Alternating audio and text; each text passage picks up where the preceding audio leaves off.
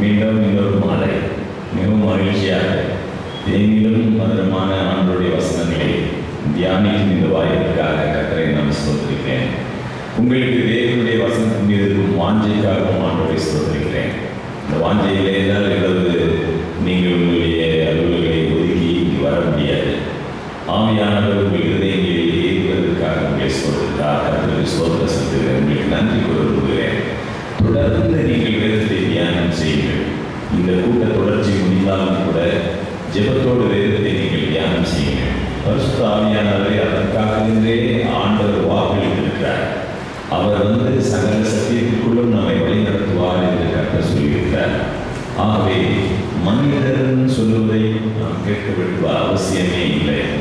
இங்கே நீங்கள் கேட்கிறதை கூட நீங்கள் வேதத்தில் ஆராய்ந்து பார்த்து இது இசைவாக இருக்கிறதா என்று பார்க்க கடமைப்பட்டிருக்கிறீர்கள். வசனம் சொல்கிறது, ஏசாயா கூறுவதிலே வேதத்தையும் சாட்சியானதையும் கவனிக்க வேண்டும்.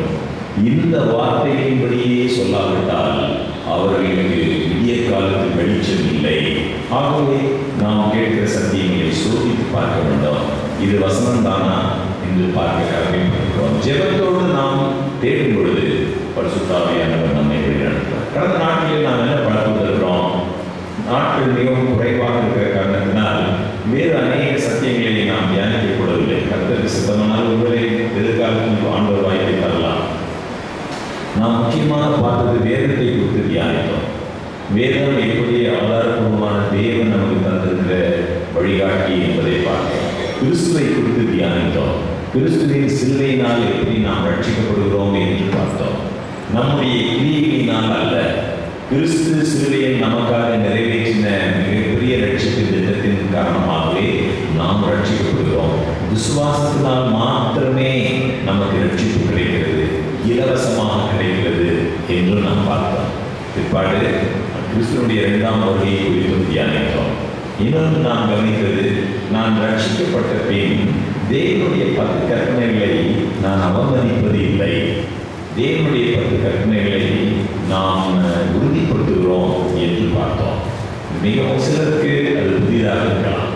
தேவனுடைய நியாயப்பிரமாணம் ஒரு காலம் ஒழியாதது. தேவனுடைய நியாயப்பிரமாணம் அவருடைய குணத்தை பிரதிபலிப்பது. தேவனுடைய நியாயப்பிரமாணம் ஆவிக்குரியதாக இருக்கிறது. சிலுவையோடு ஒழித்து போறது 10 கற்பனைகள் அல்ல, மாம்ச சம்பந்தமான கட்டளைகள் என்று பார்த்தோம்.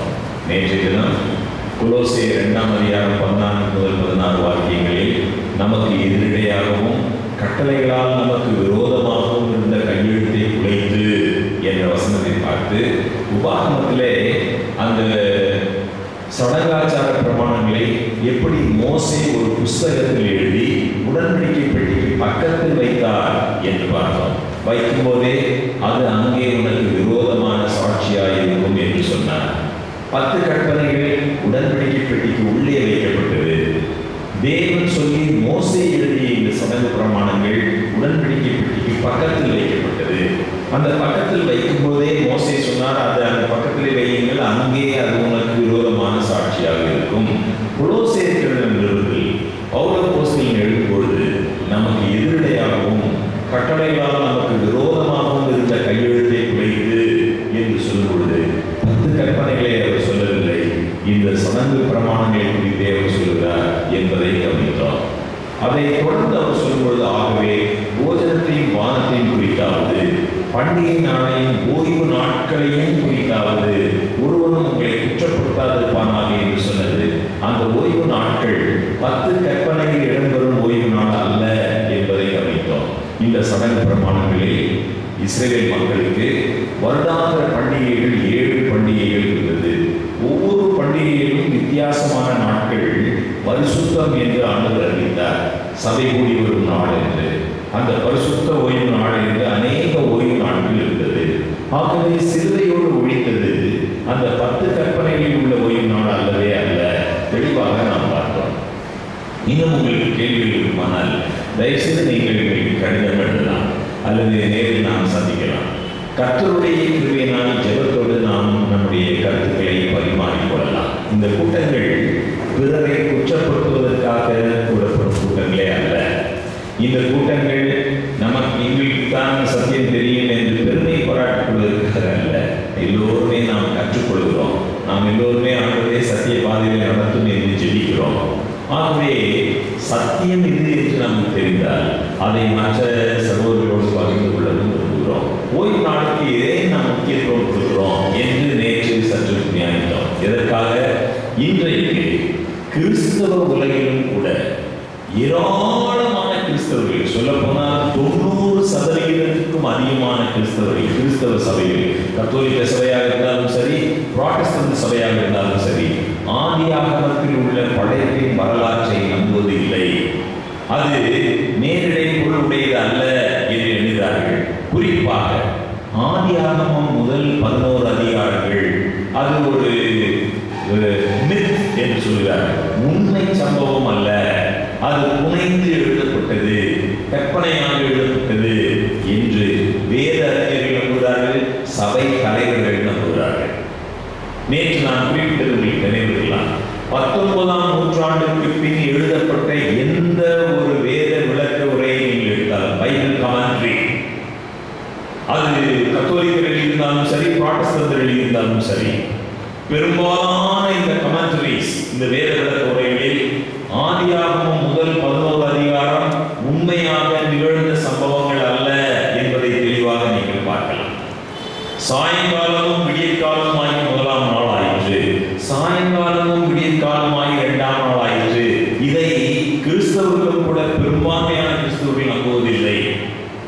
இந்த உலகம் சிருஷ்டிக்கப்பட்டது பல கோடி ஆண்டுகள் ஆயிற்று என்று நம்புகிறார்கள். பரிணாமவாதம் உண்மை என்று கிறிஸ்தவர்களும் பெரும்பாலும் நம்புகிற காலத்தில் நாம் வாழ்கிறோம். மிகுந்த குழப்பம் மிகுந்த காலத்தில் நாம் வாழ்கிறோம்.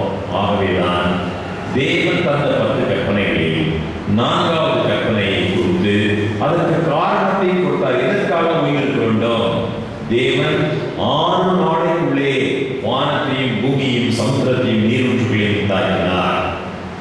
ஆகையால் தேவன் ஓய்வு நாளை ஆசீர்வதித்து அதை பரிசுத்தமாக்கினார். அதிலே ஓய்ந்திருந்து நமக்கு ஒரு முன்மாதிரியை காண்பித்தார். ஆகவே ஓய்வு நாள் ஆசரிப்பது நம்முடைய ரட்சிப்பை சம்பாதிப்பதற்காக அல்ல, பிறரை காட்டிலும் நாம் நீதிமான்கள் என்று காண்பிப்பதற்காக அல்ல.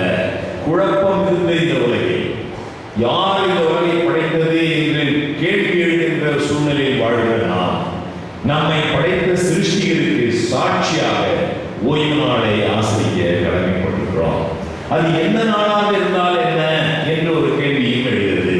ஆகவேதான் ஆண்டவர் மிக மிக உறுதியாக தெளிவாக அங்கே சொல்லியிருக்கிறார். அந்த நாளை அவர் ஆசீர்வதித்து அந்த நாளை அவர் பரிசுத்தமாக்கினார். 7 நாட்களும் ஆண்டவர் படைத்த நாட்கள் தான். ஆனால் 7ஆம் நாளும் அவர் ஆசீர்வதித்து அதை பரிசுத்தமாக்கினார்.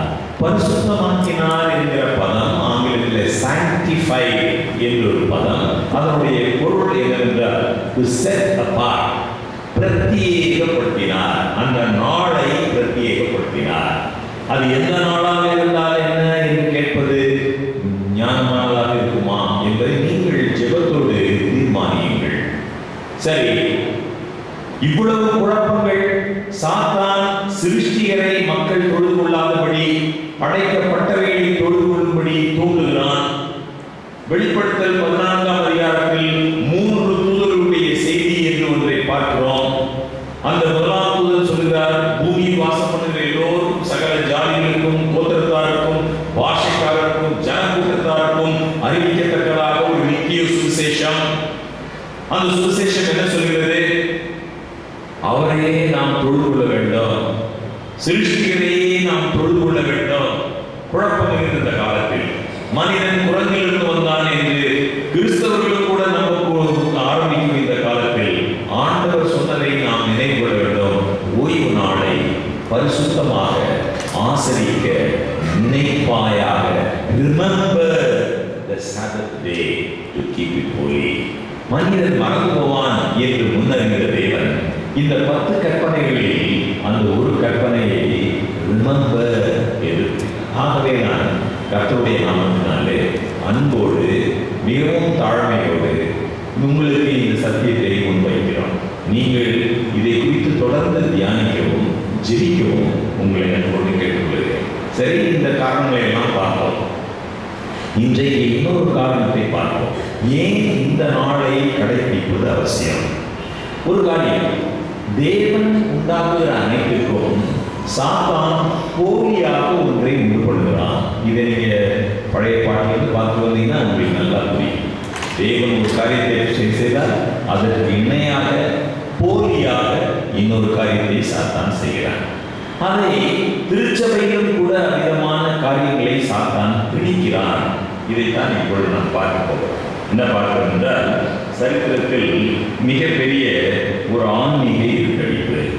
ரஷ்யா தேசத்திலே ஒரு மன்னன் இருந்தார், ஜார் என்று ஒரு மன்னன். அந்த மன்னன் அவன் ஆட்சிக்கு வந்த உடனே, அவன் சிங்காசனத்தில் அமர்ந்த உடனே ஒரு நாள் அரண்மனையை சுற்றி அவன் உலாவும் போது ஒரு படை வீரன் ஒருவன் துப்பாக்கியோடு அந்த அரண்மனை தோட்டத்தில் ஒரு ஓரத்திலே நின்று கொண்டிருப்பதை பார்த்தார். இந்த மன்னனுக்கு ஆச்சரியமாக இருந்தது. இவன் ஏன் இங்கே துப்பாக்கியோடு இங்கே நிற்கிறான் என்று அவனுக்கு ஆச்சரியமாக இருந்தது.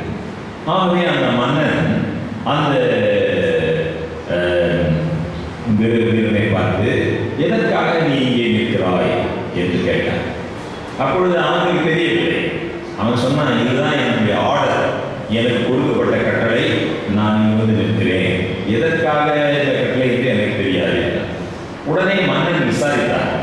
விசாரித்தால் இது அந்த கட்டளை கொடுத்தவனை கேட்டார்கள், எதற்காக இந்த போர் வீரன் இந்த தோட்டத்தில் அரண்மனை தோட்டத்தில் இங்கே வந்து நிற்கிறான்.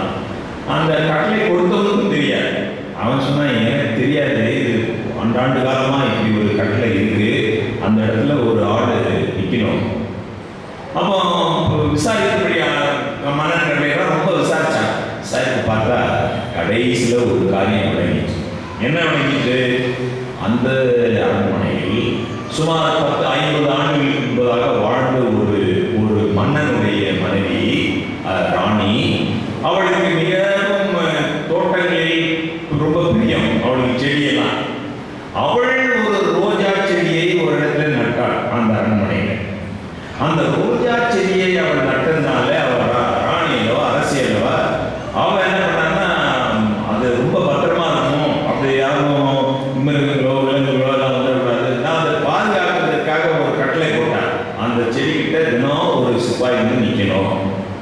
50 ஆண்டுகளுக்கு முன்னதாக அந்த அப்படி ஒரு கட்டளை தினம் போயிடுச்சு. தினம் போனோம், ஒரு ஆள் டியூட்டி போட்டுருவாங்க, அவங்க போய் நிற்கணும். பிற்பாடு அந்த மன்னன் இறந்துட்டாரு, அந்த ராணியும் போயிட்டா, அந்த செடியும் போயிடுச்சு, அங்க இப்ப சும்மா புல்லுதான் இருக்கு. ஆனா ஒரு தினந்தோறும் ஒரு சிப்பந்தி போய் அங்க நிற்பார், துப்பாக்கியோட நிற்பார். அதை அனுப்புறவருக்கும் தெரியல ஏன் அனுப்புறோம்னு, அங்க நிக்கிறவருக்கும் தெரியல ஏன் நிக்கிறோம்னு. இது ஒரு பாரம்பரியமாக ஆகிவிட்டது. பொழுது நீங்கள் எண்ணி பாருங்கள், இந்த ரோஜா செடி இருந்தது எத்தனையோ ஆண்டு காலம் ஆகிவிட்டது. அந்த செடியும் போய்விட்டது, அதை நட்டிருந்த ராணியும் போய்விட்டால், அந்த ராஜாவும் போய்விட்டார். ஆனால் பரம்பரையாக அந்த ராணி நிற்க சொன்னாங்க, அந்த சிப்பாய் மாத்திரம் கட்டளை போய் கரெக்டாக தினம் வந்து நிறுத்திருக்கார். பழங்கால பாரம்பரியத்தை பாதுகாத்தல். சரி, நம்ம எல்லாரும் இந்த ஞாயிற்றுக்கிழமைக்கு ஆலயத்துக்கு போகிறோம். எதற்காக ஞாயிற்றுக்கிழமை ஆலயத்துக்கு போகிறோம் என்றால் நமக்கே தெரியல. ஏன் ஞாயிற்றுக்கிழமை போகிறோம்? இவ்வளவு நாள் நம்ம சத்தியத்தை ஆழ்ந்து படித்தோமே. 7ஆம் நாளோ உன் தேவனாகிய கர்த்தருடைய ஓய்வு நாள். அந்த நாளை ஆண்டவர் ஆசீர்வதித்தார். அந்த நாளை ஆண்டவர் பரிசுத்தமாக்கினார். அவர்தான் சிருஷ்டிகர் என்பதற்கு அடையாளமாக, நான் தங்களை பரிசுத்தம் பண்ணுகிற கர்த்தர் என்று அவர்கள் அறியும்படிக்கு எனக்கும் அவர்களுக்கும் அடையாளமாக இந்த நாளை கட்டளையிட்டேன் என்றாரே. ஏன் அந்த நாளை விட்டு வேறொரு நாளிலே நாம் தொழுது கொள்கிறோம் என்றால், அநேகருக்கு அது தெரிவதில்லை. சிலர்களே நீங்கள் கேள்விப்படலாம், கர்த்தர் உயிர்த்தெழுந்தார் 1ஆம் நாள், ஆகவே இந்த நாளை நாம் தொழுது கொள்கிறோம். அல்லது சிலுவைக்கு பிறகு இந்த நாள் மாறிவிட்டது. மாறிவிட்டதாக ஒரு வசனம் இருக்கிறதா? தேவன் ஆசீர்வதித்து பரிசுத்த பண்ணியும் இந்த நாளை தேவன் மாற்றினதாக ஆதியாகமத்திலிருந்து வெளிப்படுத்தல் கடைசி வரையிலும் ஒரு வாக்கியம் இருக்கிறதா? அல்லது சீஷர்களோ அப்போஸ்தலர்களோ இந்த நாளை மாற்றி இருக்கிறார்களா? ஜெபத்தோடு தாழ்மையாக நாம் சிந்திக்க வேண்டும். இந்த மாற்றம் எப்படி ஏற்பட்டது? நாம் எப்படி இந்த தேவன் பரிசுத்தமாக்கின நாளை நினைக்க தவறிவிட்டோம்? பாரம்பரியம் எப்படி இந்த மாற்றத்தை நமக்கு தந்தது? எப்படி நாம் பக்தியாக போகிறோம், ஆண்டவர் மீது அன்பு செலுத்துகிறோம் என்று செல்கிறோம்? உண்மையாக நாம் வேதத்தை ஆராய்கின்றோமா?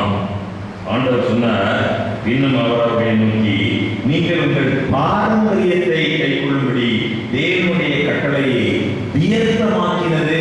நமக்கு பாரம்பரியம் முக்கியமா அல்லது தேவனுடைய கட்டளை முக்கியமா? நீண்ட நெடுங்காலமாக குடும்பமாக தலைமுறை தலைமுறையாக நாங்கள் இப்படி வந்திருக்கிறோம் என்பது முக்கியமா? தேவ வசனம் என்ன சொல்கிறது என்பது முக்கியமா? இதை நாம் கவனிக்க வேண்டும். நீ வெட்கப்படாத ஊழியக்காரனாயும் சத்திய வசனத்தை நிதானமாய் பகுத்து போதிக்கிறவனாயும் இருக்க வேண்டும் என்று பவுல் சொல்கிறார்.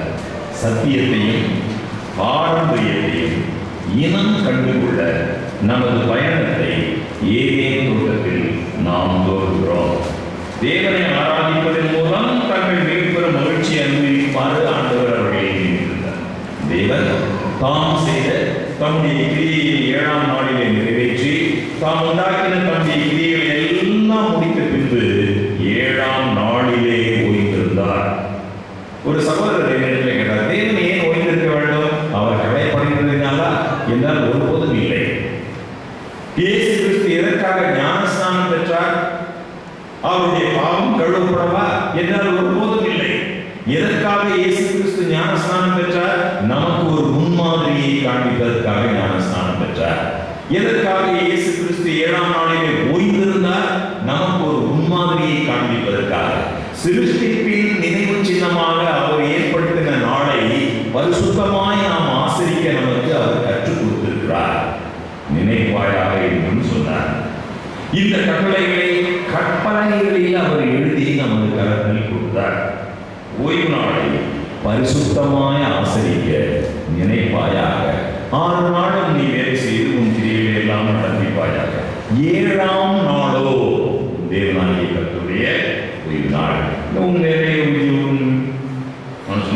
அதில் நீயானாலும் குமாரனானாலும் குமாரத்தியானாலும் வேலைக்காரனானாலும் வேலைக்காரியானாலும் உன் நிர்வீட்சிகளானாலும் வாசலுக்கு அந்நியனானாலும் யாவது வேலையும் செய்ய வேண்டாம். அதை எதற்காக ஓய்வு நாளை தந்தார் என்றும் ஆண்டவர் தெளிவாக சொல்லியிருக்கிறார். நான் தங்களை பரிசுத்தம் பண்ணுகிற கர்த்தர் என்று அவர்கள் அறியும்படிக்கு எனக்கும் அவர்களுக்கும் அடையாளமாக என் இருப்பதற்கான என் ஓய்வு நாட்களை கட்டளையிட்டேன். ஆண்டவர் இந்த ஓய்வு நாள் பூமியில வாழ்ந்த நாட்டில் சொல்கிறார், மனுஷன் ஓய்வு நாளுக்காக உண்டாக்கப்படவில்லை, ஓய்வு நாள் மனுஷனுக்காக உண்டாக்கப்பட்டது. அதை நீங்கள் ஜெபத்தோடு தியானிங்கள். ஓய்வு நாள் யூதருக்காக உண்டாக்கப்பட்டது என்று இந்த வசனம் சொல்கிறதா? யூத குலம் என்று ஒரு தோன்றுவதற்கு 1000 வருடங்களுக்கு முன்பதாகவே அல்லது பல 100 வருடங்களுக்கு முன்பதாகவே ஓய்வு நாள் ஆண்டவர் படைத்தார். ஓய்வு நாள் மனுஷனுக்காக படைக்கப்பட்டது, யூதருக்காக என்று வசனம் சொல்லவில்லை. மனிதரின் போதனை என்னை அடிக்கடி தவறாக வழிநடத்துகிறது. வேதாகமம் என்ன கூறுகிறது என்பதுதான் எனது ஒரே கேள்வி. வேதாகமம் என்ன கூறுகிறது? இந்த உலகம் எப்படி படைக்கப்பட்டது? சாத்தான் தேவனுடைய கற்பனைகளை மாற்ற முயற்சிப்பான் என்று வேதம் தெளிவாக சொல்கிறது. தானியேல் ஒரு தரிசனம் கண்டார். தானியேல் 2ஆம் அதிகாரத்தில் நேபுகாத்நேச்சார் என்கிற மன்னன் ஒரு சொப்பனம் கண்டார். ஒரு உலோகத்தாலான ஒரு சிலையை கண்டார். அந்த சிலையின் தலை பசும்பொன்னாயிருந்தது, மார்பும் புயங்களும் வெள்ளியாயிருந்தது, இடுப்பும் தொடையும் வெண்கலமாயிருந்தது, கால்கள் இரும்பாயிருந்தது, பாதங்கள் பாதி இரும்பும் பாதி களிமண்ணுமாயிருந்தது.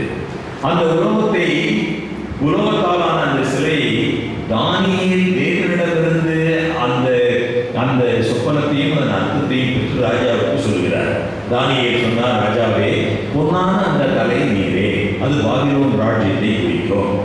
பிற்பாடு அந்த வெள்ளி ஆகிய மார்பும் சிலையும் பாபிலோன் ராஜ்யத்துக்கு அடுத்து இன்னொரு ராஜ்யம் வரும், அந்த ராஜ்யத்தை குறிக்கும். மேதிய பெர்சிய சாம்ராஜ்யம். 3வது வெண்கலமான ஒரு ராஜ்யம் வரும். 4வது இரும்பை போன்ற உரமான ஒரு ராஜ்யம் வரும்.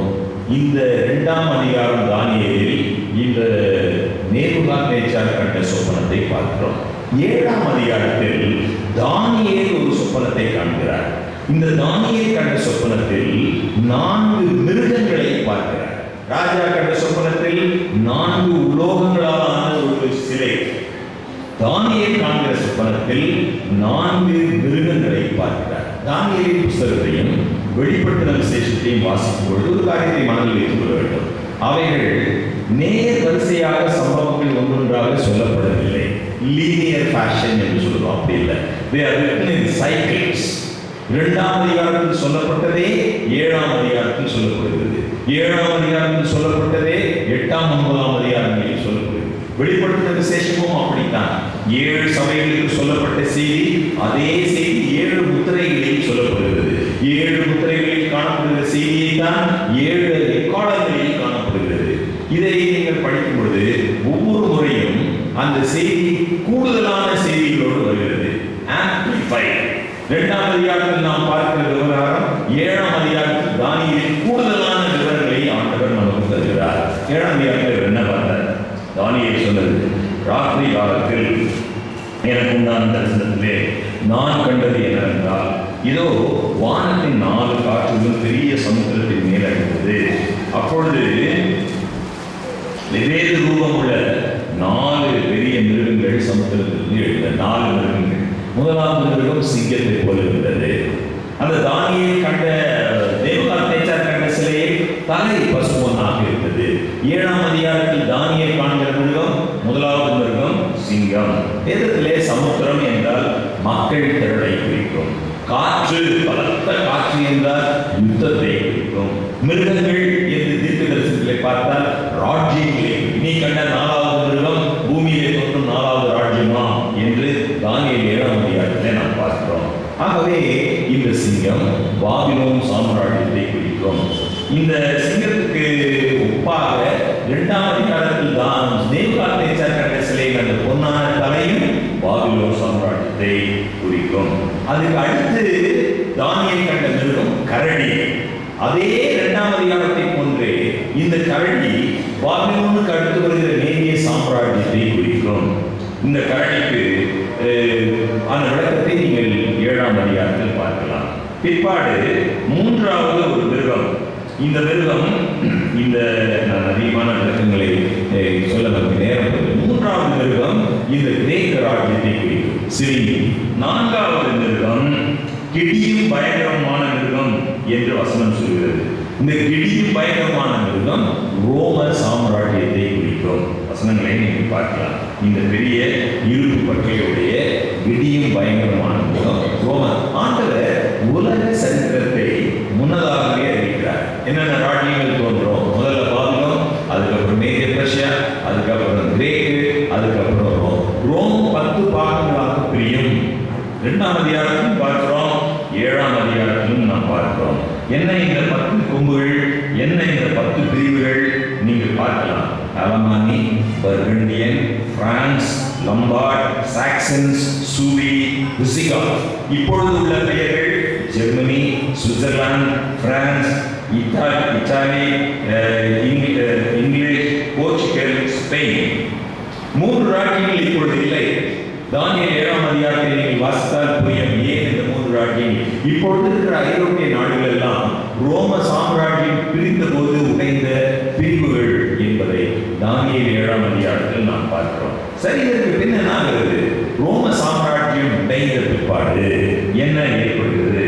இந்த 4 மிருகங்கள், பாபிலோன், மேதிய பெர்ஷியா, கிரேக்கு, ரோம். இந்த ரோம் 10 பிரிவாக பிரிந்து விடுகிறது. அதற்கு பின் என்ன ஆகிறது? 4வது மிருகத்திற்கு 10 கொம்புகள் இருக்கிறது. அந்த 10 கொம்புகள் 10 ராஜ்யங்கள் என்று நாம் பார்க்கிறோம். அந்த கொம்புகளை நான் கவனித்திருக்கையில் இதோ அவைகளுக்கு இடையே வேறொரு சின்ன கொம்பு எழுதிற்று. ரொம்ப முக்கியம். இந்த ரோம் 10 பிரிவாக பிரிந்த பிற்பாடு ஒரு சின்ன கொம்பு ஒன்று எழும்புகிறது. அந்த சின்ன கொம்பை குறித்து நாம் என்ன வாசிக்கிறோம்? இதோ அந்த கொம்பிலே மனுஷ கண்களுக்கு ஒப்பான கண்களும் பெருமையானவைகளை பேசும் வாயும் இருந்தது. இந்த கொம்பு யாரை குறிக்கும்? அந்த 10 கொம்புகள் என்னவென்றால் அந்த ராஜ்யத்தில் எழும்பும் 10 ராஜாக்கள் தான். அவர்களுக்கு பின்பு வேறொருவன் எழும்புவான். அவன் அவன் முந்தினவர்களை பார்க்கலும் வேறாயிருந்து வித்தியாசமா இருப்பான். என்ன வித்தியாசமா இருப்பான்? 10 கொம்புகளுக்கு இடையிலே இந்த சின்ன கொம்பு எழுப்புவது. இந்த சின்ன கொம்பை எப்படி நாம் அடையாளம் பண்ணுவது? யாரை இந்த சின்ன கொம்பு பிடிக்கும்? எப்படி கண்டுபிடிப்பது? வசனம் தெளிவாக சொல்கிறது. 10 கொம்புகளுக்கு இடையிலே எழுப்புவது. இந்த 10 கொம்புகளுக்கு பிறகுதான் இந்த சின்ன கொம்பு எழுப்புவது. ஆகவே சரித்திரத்திலே எந்த காலத்தில் இதை நாம் தேடலாம் என்றால் ரோம் 10 பிரிவாக பிரிந்த பிறகு எழுப்புகிற ஒரு வல்லமை. இதை தெளிவாக பார்க்கலாம். முந்தினதை பார்க்கலும் இது வித்தியாசமாக இருக்கிறது, வேறாய் இருக்கிறது. 3 ராஜ்யங்களை இது தாழ்த்தி கொள்கிறது. மனுஷ கண்களுக்கு ஒப்பான கண்கள் இருக்கிறது. ஒரு விசேஷித்த ஞானம் இருக்கிறது. யார் இந்த சின்ன கொம்பு? இந்த சின்ன கொம்பின் செயல்கள் என்ன? இதை நாம் தெளிவாக பார்க்கிறோம். ரோம சாம்ராஜ்ய வீழ்ச்சிக்கு பிறகு போப்பினுடைய அரசு, அதை மையமாக கொண்ட புதிய அரசியல் அமைப்பு உருவாகியது. சரித்திரத்தை நீங்கள் வாசிப்பீர்கள் என்றால் ஹோலி ரோமன் எம்பயர் என்று ஒரு சாம்ராஜ்யம் இருந்துச்சு. இந்த ரோம சாம்ராஜ்யம் விழுந்த பிற்பாடு 10 பிரிவுகள் ஆன பிற்பாடு அந்த 10 பிரிவுகளில் ஒரு பிரிவு கடைசியாக ஒரு வல்லமையாக எழுதிற்று. அஞ்ஞான ரோம ஆட்சி நீங்கி உடைந்து போன இந்த ரோம சாம்ராஜ்யத்தில் போப்பு அரசாட்சி என்று ஒரு அரசாட்சி எழுதியது. நீங்கள் சரித்திரத்திலே வாசித்தால் ஹோலி ரோமன் எம்பயர் என்று நீங்கள் அதை பார்க்கலாம். சரி, இது ஏன் மற்றவர்களை பார்க்கலாம் வேறாக இருக்கிறது, எப்படி வித்தியாசமாக இருக்கிறது என்றால் இந்த போப்பு அரசாட்சி என்பது மற்றவர்கள் எல்லாம் வெறும் அரசர்களாக இருந்தார்கள், ஆட்சி அரசியல் மாத்திரம் தலைவர்களாக இருந்தார்கள். இந்த போப்பு அரசாட்சி அரசியலுக்கும் தலைவர் போப்பு, சபைக்கும் தலைவர், இணைந்து ஒரு புதிய ஆளுகை. மற்றவர்களை பார்க்கிலும் வித்தியாசமாக இந்த சின்ன கொம்பு இருக்கிறது. எனவே இது புதிது மாத்திரம் அல்ல, முன்பை விட மிகவும் வித்தியாசமான ஒரு நிலையை உடையது. இந்த சின்ன கொம்பு என்ன செய்கிறது என்றால் உன்னதமானவருக்கு விரோதமான வார்த்தைகளை பேசி உன்னதமானவருடைய பரிசுத்தவான்களை ஒடுக்கி காலங்களையும் பிரமாணங்களையும் மாற்ற நினைக்கிறது. இப்படி ஒரு வல்லமை எழும்பும் என்று தீர்க்கதரிசனம் சொல்லி இருக்கிறது. உன்னதமானவருக்கு விரோதமான வார்த்தை. அவர்கள் ஒரு காலமும் காலங்களும் அரை காலமும் செல்வட்டும் அவன் கையில் ஒப்பு கொடுக்கப்படுவார்கள். சரி, இந்த ஒரு வல்லமை எழும்பும். இந்த வல்லமை என்ன செய்யும் என்றால் காலங்களையும் பிரமாணங்களையும் மாற்ற நினைக்கும். வசனம் தெளிவாக சொல்லியிருக்கிறது. ஆகவே இந்த வல்லமை ஒன்று எழுதிற்று. ஒரு கத்தோலிக்க ஒரு வல்லமை எழுதிற்று. உலகம் முழுவதும் தன்னுடைய செல்வாக்கை செலுத்தும் ஒரு ஆட்சி ஒன்று வந்தது, ஒரு வல்லமை எழுந்தது. ஆண்டவர் ஏற்கனவே எச்சரித்திருந்தார், உங்களை குறித்தும் தேவன் தம்முடைய சுய ரத்தத்தினாலே சம்பாதித்துக் கொண்ட தமது சபையை மேய்ப்பதற்கு பரிசுத்த ஆவியை கண்காணிகளாக வைத்த மந்தை முழுவதை குறித்தும் எச்சரிக்கையாயிருங்கள். நான் போன பின்பு மந்தையை தப்ப விடாத குடிதான ஓநாய்கள் உங்களுக்குள்ளே வரும் என்று ஆண்டவர் எச்சரித்திருந்தார். உங்களிலும் சிலர் எழும்பி தங்களது சீஷர்களை தன்னிடத்தில் இழுத்துக் கொள்ளும்படிக்கு மாறுபாடானவர்களை போதிப்பார்கள் என்று எச்சரிப்பு. அப்போஸ்தலர் காலத்திற்கும் கான்ஸ்டன்டைன் என்று ஒரு மன்னன், ஒரு அஞ்ஞான மன்னன் திடீரென்று கிறிஸ்தவனானான். அவனுடைய மனமாற்றத்திற்கும் இடைப்பட்ட காலத்தில் பவுலோ பேதுருவோ ஒருபோதும் கேட்டறியாத சடங்குகளும் வழிபாட்டு முறைகளும் நுழைந்து பிற்பாடு தெய்வ நியமனம் பெற்றது, தகுதிகளை கூறியது. கான்ஸ்டன்டைன் என்ற மன்னன் திடீரென்று அவன் கிறிஸ்தவ மார்க்கத்தை தழுவி கொண்டான். ஏன் தள்ளி கொண்டான் என்ற உண்மை நமக்கு தெரியாது. ஆனால் அவன் தள்ளின போது ஏராளமான பிரஜைகளும் கிறிஸ்தவர்களாகிவிட்டார்கள். அந்த மன்னன் என்ன செய்தான் என்றால் இந்த மாற்றம் எப்படி ஏற்படும் என்று தானியேல் முன்னறிவித்திருந்தார். ஆதியாகமத்திலிருந்து வெளிப்படுத்தல் முடிய நீங்கள் வேதாகமத்தை வாசிக்கலாம். ஆனால் ஞாயிற்றுக்கிழமையின் பரிசுத்தத்தை குறித்து ஒரு வரியை கூட வேத வாக்கியங்கள் சனிக்கிழமையின் ஆன்மீக ஆசிரியத்தை வலியுறுத்துகின்றன. சரித்திர ஆசிரியர் கூறுகிறார், கத்தோலிக்க சபையில் வினா விடை ஏடு என்று ஒன்று இருக்கிறது. இந்த கேட்டகிசம் என்று சொல்லுகிறோம். அதிலே இப்படிப்பட்ட கேள்வி பதில்களை நீங்கள் பார்க்கலாம். எந்த நாள் ஓய்வு நாள்? விடை, சனிக்கிழமை ஓய்வு நாள். நான் ஏன் சனிக்கிழமைக்கு பதிலாக ஞாயிற்றுக்கிழமை ஆசரிக்கிறேன்? ஏனென்றால் ஓய்வு நாளின் பரிசுத்தத்தை கத்தோலிக்க சபை சனிக்கிழமையிலிருந்து ஞாயிற்றுக்கிழமைக்கு மாற்றியது. நீங்கள் ஜெபத்தோடு சிந்திக்க வேண்டும். இப்பொழுது நான் சொல்லுவது கட்டுக்கதை அல்ல. இப்பொழுது நான் சொல்லுவது சரித்திர உண்மை. இது உண்மைதானா என்று நீங்கள் கத்தோலிக்க கலைக்களஞ்சியத்தில் ஒரு என்சைக்ளோபீடியாவை எடுத்து கத்தோலிக்க சபை இந்த ஓய்வு நாளை சனிக்கிழமையிலிருந்து ஞாயிற்றுக்கிழமைக்கு மாற்றி அமைத்ததா என்று நீங்கள் பார்த்தாலே போதும். சரித்திர உண்மை. கத்தோலிக்க கலைக்களஞ்சியம் என்சைக்ளோபீடியா, கேத்தலிக் என்சைக்ளோபீடியா எடுத்து இந்த ஓய்வு நாள் எப்படி மாறியது, மாற்றியது யார் என்று நீங்கள் பார்த்தாலே போதும். திருச்சபை யூத ஓய்வு நாள் அல்லது வாரத்தின் 7ஆம் நாளில் இருந்து முதல் நாளுக்கு ஓய்வு நாளை மாற்றிய பிறகு ஞாயிற்றுக்கிழமை கர்த்தருடைய நாளாக பரிசுத்தமாக ஆசரிக்கப்படும்படி 3ஆம் கற்பனை குறிப்பிடும்படி செய்தது. கத்தோலிக்க சபை 2 காரியங்கள் செய்தது. ஒண்ணு, 2வது கற்பனையை நீக்கிடுச்சு. 2வது கற்பனை என்ன? சிலை வணக்கம் கூடாது. அந்த கற்பனையை நீக்கிடுச்சு. அப்ப நீக்கிட்டா என்ன இருக்கும்? 9 தானே இருக்கும். ஒரு கற்பனையை 2 பகுதியாக பிரிச்சிருச்சு. இந்த 4ஆம் கற்பனையை மாற்றி விட்டது. 7ஆம் நாளிலிருந்து முதலாம் நாள் இந்த கற்பனையை மாற்றி விட்டது. காலங்களையும் பிரமாணங்களையும் மாற்ற நினைப்பான். ஒரு வல்லமை ஒன்று எழும்போம், அந்த வல்லமை விதமாக செய்யும் என்று வேதம் தெளிவாக சொல்லிவிட்டது. ஆகவே வேதாகமத்தின் இந்த அவ்வாறே சிறுசட்டத்தை அவ்வாறே ஏற்றுக்கொள்ளும் கொள்கையுடையவர்கள் ஞாயிற்றுக்கிழமையில் ஆராதிக்க போகிறார்கள். ஆனால் சபை கூடி தொழுகை ஞாயிற்றுக்கிழமை நடைபெற வேதாகமத்தில் எந்த ஆதாரமும் இல்லை. யூத ஓய்வு நாள் அல்லது உயிர்த்தெழுதலை கனம் பண்ணும்படி கிறிஸ்தவர்களின் தொழுகை நாள் ஞாயிற்றுக்கிழமையாக இருக்க வேண்டும் என்று தீர்மானித்தது கத்தோலிக்க சபைதான். சரித்திர சான்று. சரித்திரத்தில் இதை நீங்கள் பார்க்கலாம். புராட்டஸ்டாந்தர்கள் வாரத்தின் 7ஆம் நாள் அல்லது சனிக்கிழமையின் புனித நிலையை அவமதித்து வேலை செய்யும் போது அவர்கள் வேத வாக்கியங்களை மாறாக இப்பழக்கத்திற்கு பாரம்பரியத்தின் ஆதாரம் மட்டுமே அவர்களுக்கு உண்டு. வேதத்தில் ஒரு ஆதாரமும் இல்லை. ஓய்வு நாளை ஞாயிற்றுக்கிழமைக்கு மாற்றுவதற்கு வேதத்தில் ஒரு ஆதாரமும் இல்லை. சரித்திரத்தில் ஆதாரம் இருக்கிறது. கத்தோலிக்க சபை இதை மாற்றி அமைத்தது. ஓய்வு நாளை பரிசுத்தமாய் ஆசரிப்பாயாக வசனம் சொல்லுகிறது. அப்படியானால் சபையின் அதிகாரம் வேத வாக்கியங்களின் அதிகாரத்தினால் கட்டுப்பட முடியாது என்று கத்தோலிக்க சபை அறிவிக்கிறது. சபைக்கு வசனத்தை விட அதிக அதிகாரம் இருக்கிறது என்று சொல்லுகிறது.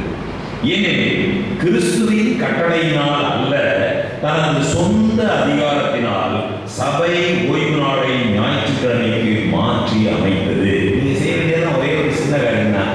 இப்போ சொல்லப்படுகிற இந்த ஹிஸ்டாரிக்கல் ஸ்டேட்மெண்ட்ஸ் உண்மைதானா, இப்படி சரித்திரத்தில் இருக்கிறதா என்று பார்த்தாலே போதும். ஆகவே ஓய்வு நாள் ஓய்வை குறிக்கும் ஒரு இளைய பதம். ஞாயிறு என்பது வாரத்தின் முதல் நாளுக்கு புறஜாதிகளால் கொடுக்கப்பட்ட பெயர். ஏனென்றால் அதாவது சூரியனை வணங்கின நாள். ஞாயிறு என்றால் சூரியன். நீங்கள் வேதத்தில் பார்க்கலாம். பாகால் வணக்கம், பாகால் வணக்கம் என்று ஏராளமாக நீங்கள் பார்க்கலாம். தேவன் அதை எவ்வளவு அதை வெறுத்தார் என்பார். ஈர்த்தர்களும் பாபிலோனியர்களும் இன்னும் அநேக பழங்கால நாகரிக மக்களும் சூரியனை வணங்கினார்கள். ஞாயிறு ஆசரிப்பு சபையில் நுழைந்தது. ரோம சாம்ராஜ்யம் வீழ்ச்சி அடைந்து கொண்டிருந்த வேளை யூதர்கள் துன்புறுத்தப்பட்டார்கள். சில கிறிஸ்தவ தலைவர்கள் தங்களை யூதர்களிடமிருந்து வேறுபடுத்தி காண்பிப்பதற்காக யூதர்களை கொண்டு போகும்போது ஈஸியா அவங்களை ஐடென்டிஃபை பண்றதுக்கு சனிக்கிழமையில அவங்க கூடுவாங்க யூதர்கள். அப்ப இந்த ரோமர்கள் யூதர்களை துன்புறுத்துற போது ஒரு பெரிய பெர்சிக்யூஷன் வந்தபோது சனிக்கிழமையில போனா இவர்கள் யூதர்கள் என்று கொல்ல ஆரம்பித்தார். ஆகவே சில கிறிஸ்தவர்கள் தங்களை யூதர்களிலிருந்து வேறுபடுத்தி காண்பிக்க முதலாம் நாளில் தொழுது கொள்ள ஆரம்பித்தார்கள். அது ஒரு காரணம். இன்னொரு காரணம், இந்த கான்ஸ்டன்டைன் என்று சொல்லப்படுகிற மன்னன் இனிமே நீங்க கொஞ்சம் பேர் ஞாயிற்றுக்கிழமை, கொஞ்சம் பேர் சனிக்கிழமை வேணா, எல்லோரும் ஞாயிற்றுக்கிழமையில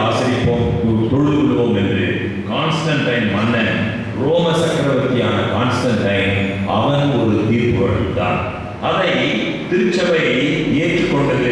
சூரியனின் வணக்கத்திற்குரிய நாளை ஓய்வு நாளாக, தொழுகை நாளாக ஆசிரிக்க வேண்டும் என்று இந்த அஞ்ஞான ரோமையின் அரசன் ஏற்படுத்தினதை திருச்சபை அதை ஏற்றுக்கொண்டு அதை உறுதிப்படுத்தினது. அனைத்து தொழிற்கூடங்களும் மூடப்படுகிறது. கான்ஸ்டன்டைனுடைய சட்டம் வாரத்தின் முதலாம் நாள். இந்த உடன்பாட்டை சபையார் ஏற்றுக்கொண்டார்கள். கிறிஸ்தவர்கள் ஓய்வு நாளை ஆசரித்து சனிக்கிழமைகளில் சோம்பலாய் இருக்கக்கூடாது. அந்த நாளில் அவர்கள் வேலை செய்ய வேண்டும்.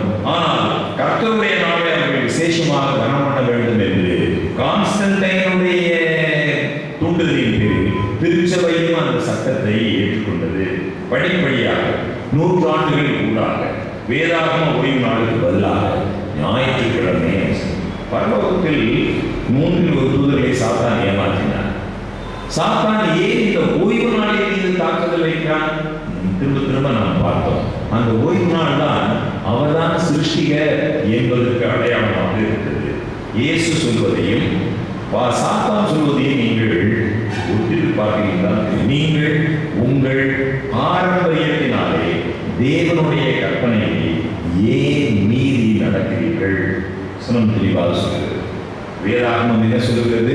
பாரம்பரியம் என்ன சொல்கிறது? ஆண்டவர் சொல்கிறார், நீங்கள் என்னிடத்தில் அன்பாய் இருந்தால் என் கற்பனைகளை கை கொள்ளுங்கள் என்று ஆண்டவர் சொல்கிறார். நீங்கள் என்னிடத்தில் அன்பாய் இருந்தால் என் கற்பனைகளை கை கொள்ளுங்கள். எனக்கமே நண்பர்களே, நாம் வாழ்கிற இந்த காலம் அந்த பாபிலோன் மாறி அந்த மேதிய பெர்சிய சாம்ராஜ்யம் கடந்து கிரேக்க சாம்ராஜ்யம் கடந்து இந்த ரோம சாம்ராஜ்யமும் கடந்து அதற்கு பிற்பாடு இந்த ரோம சாம்ராஜ்யம் 10 பிரிவுகளாகி அவைகள் இருப்பும் கைமண்ணும் எப்படி ஒன்றோடு ஒட்டி கொள்ளாதோ அப்படி ஒட்டி கொள்ளாதிருப்பார்கள் என்று சொன்ன காலத்தில் நாம் வாழ்ந்து கொண்டிருக்கிறோம்.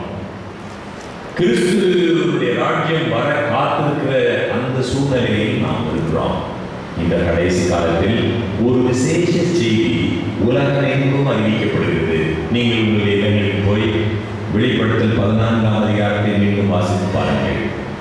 பூமியில் உள்ள சகல ஜாதிகளுக்கும், கோத்திரத்தாருக்கும், ஜனக்கூட்டத்தாருக்கும், பாஷைக்காரர்களும் அறிவிக்கத்தக்கதாக நித்திய சுவிசேஷத்தை உடையவனாய் வானத்தையும் பூமியையும் சமுத்திரத்தையும் நீரூற்றுகளையும் உண்டாக்கினவரே தொழுது கொள்ளுங்கள் என்ற ஒரு செய்தி இந்த உலகத்தின் கடைசியில் எங்கும் அறிவிக்கப்படுகிறது. வானத்தையும் பூமியையும் சமுத்திரத்தையும் நீரூற்றுகளையும் உண்டாக்கினவரையே தொழுது கொள்ளுங்கள் என்று அறிவிக்கப்படும் வேளையில் இந்த பூமி தானாக வந்தது, குரங்கிலிருந்து மனிதன் வந்தான் என்று கிறிஸ்தவர்களும் நம்பும் இந்த ஒரு காலத்தில் தேவன் அவருக்கு உண்மையான சாட்சி பகிர்ந்து ஒரு கூட்டத்தை வைத்திருக்கிறார், எழுப்புகிறார். அவருடைய பரிசுத்த ஆவியானவர் நம்முடைய உள்ளங்களில் சத்திய பாதை இது, உண்மையான பாதை இது என்று காண்பிக்கும் போது சத்தியத்திற்கு செவி கொடுக்க நாம் நம்மை ஒப்புக் கொடுத்தால் அது எவ்வளவு பெரிய ஆசீர்வாதம். நண்பர்களே, இந்த ஓய்வு நாளை குறித்து இன்னும் உங்களுக்கு அநேக கேள்விகள் இருக்கலாம். ஒருவேளை உங்களால் உங்களுக்கு அவசியமான இன்னும் கூடுதல் விளக்கங்களோ விவரங்களோ தேவைப்பட்டால் நீங்கள் தயவு செய்து உங்களுடைய பெயர் விலாசங்களை தரலாம். விசேஷமாக இந்த கூட்டங்கள் மிக குறைவான காலத்தில் இருக்கிறபடினா உங்களுக்கு போதுமான இன்னும் புதிய விளக்கங்கள் தர இல்லாததினால் நீங்கள் விரும்பினால் இந்த சத்தியங்கள் அடங்கிய அச்சடிக்கப்பட்ட தாள்களோ அல்லது ஆடியோ சீரீஸ் அல்லது வீடியோ சீரீஸ் உங்களுக்கு இலவசமாக அனுப்பித்தர விரும்புகிறோம். எல்லோருக்கும் அல்ல, இந்த கூட்டங்களில் பங்கு கொண்டு இந்த கார்டில் நான் எழுதி வந்து இதை கேட்டு உங்களுக்கு இன்னும் பல கேள்விகள் இருக்குது, சந்தேகங்கள் இருக்குது, இன்னும் தெளிவாக இல்லை என்று நினைத்தால் நீங்கள் விரும்பினால் மாத்திரம் உங்களுக்கு இவற்றை கொடுக்க கர்த்தருடைய கிருபையினால் நாங்கள் மிகவும் விரும்புகிறோம். விசேஷமாக நீங்கள் இவைகளை குறித்து ஜெபிக்கும்படி உங்களை அன்போடு கேட்டுக்கொள்கிறேன். ஒரு நாளில் என்ன வந்துவிட போகிறது என்று நீங்கள் நினைக்க வேண்டாம். இன்றைக்கு காலையிலே நாங்கள் தியானித்தோம். இங்கு வந்திருந்த சிலர் எதற்காக 70 வருடங்கள் பாபிலோனுக்கு சிறைப்பட்டு போனார்கள் என்று பார்த்தோம்.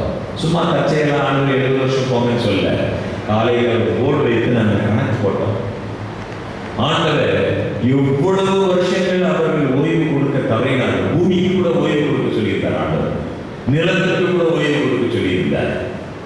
அதை தவறின போது அத்தனை ஆண்டுகள் 70 ஆண்டுகள் அவர் 2 நாளாகவும் கடைசி அதிகாரம் கடைசியில் நீங்கள் வாசித்தாங்க சில வாக்கியங்கள் கூட பூமி ரம்மியமாக தேசம் தன்னுடைய ஓய்வை ஆசிரியத்தது. ஆண்டவர் அவருடைய நாம மகிமைக்காக அவருக்கு சாட்சியாக இருக்க நமக்கு இந்த சத்தியங்களை தருகிறார். ஆகவே இதை குறித்து நீங்கள் தியானியுங்கள், இதை குறித்து இன்னும் அதிகமாக ஆராய்ச்சி செய்யுங்கள், இதற்காக ஜெபியுங்கள். நீங்கள் நல்ல தீர்மானத்தை செய்ய தேவன் நமக்கு உதவி செய்வார். உங்கள் கையிலே சில அட்டைகள் இருக்குது. அந்த அட்டைகளை நீங்கள் பார்த்து உங்களுக்கு பிரியமானால் அதில் ஒரு டிக் மார்க் போட்டு மறுபடியும் இந்த ஊழியக்காரர்கள் கையில் நீங்கள் கொடுக்கலாம். ஒருவேளை உங்களுக்கு உதவி தேவைப்பட்டால் விளக்குகளை கொடுப்பதற்கு அது ஏதுவாக இருக்கும். இந்த செய்திகள் கொடுப்பதனால் என்ன அது பயன்படுகிறதா என்று மதிப்பீடு செய்வதற்கும் இது மிகவும் உதவியாக இருக்கும். கர்த்தர்தாமே நாம் யாவரையும் ஆசீர்வதிப்பாராக. தொடர்ந்து இந்த சத்தியங்களை நாம் தியானிக்க கர்த்தருக்கு செய்வார் நம்புகிறேன். ஆண்டவர் வரும்பொழுது இதோ இவரே எங்கள் தேவன், இவருக்காக காத்திருந்தோம், இவர் நம்மை ரட்சிப்பார், இவருடைய ரட்சிப்பிலே கழிவுண்டு மகிழ்வோம் என்று சொல்கிற அந்த கூட்டத்தோடு காணப்படும் கிருபையை தேவன் ஒவ்வொருவருக்கும் தருவார்.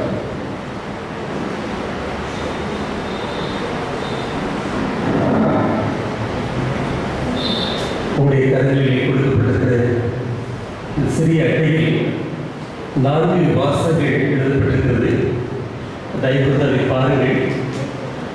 முதலாவது கட்டத்தில் 10 கட்டளைக்கு கீழ்ப்படிந்து நடக்க தீர்மானிக்கிறேன். இரண்டாவது கட்டத்தில் வேதத்தின்படி 7ஆம் நாள் பிராக்கெட்டில் சனிக்கிழமை என்று கொடுக்கப்பட்டிருக்கிறது. 7ஆம் நாள் ஓய்வு நாள் என்பதை ஏற்றுக்கொள்கிறேன். மூன்றாவது கட்டத்தில் எனக்கு கூடுதலாக விளக்கம் தேவை. 4வது கட்டத்தில் போதகரை சந்தித்து பேச விரும்புகிறேன் என்று சொல்லி போடப்பட்டிருக்கிறது. உங்களுடைய இந்த சத்தியத்தின் அடிப்படையிலான உங்களுடைய தீர்மானங்களை இதில் பதிவு செய்து உங்களுடைய முகவரியை நீங்கள் கொடுக்குமாறு நம்மளோட வேண்டிக் கொள்கிறோம்.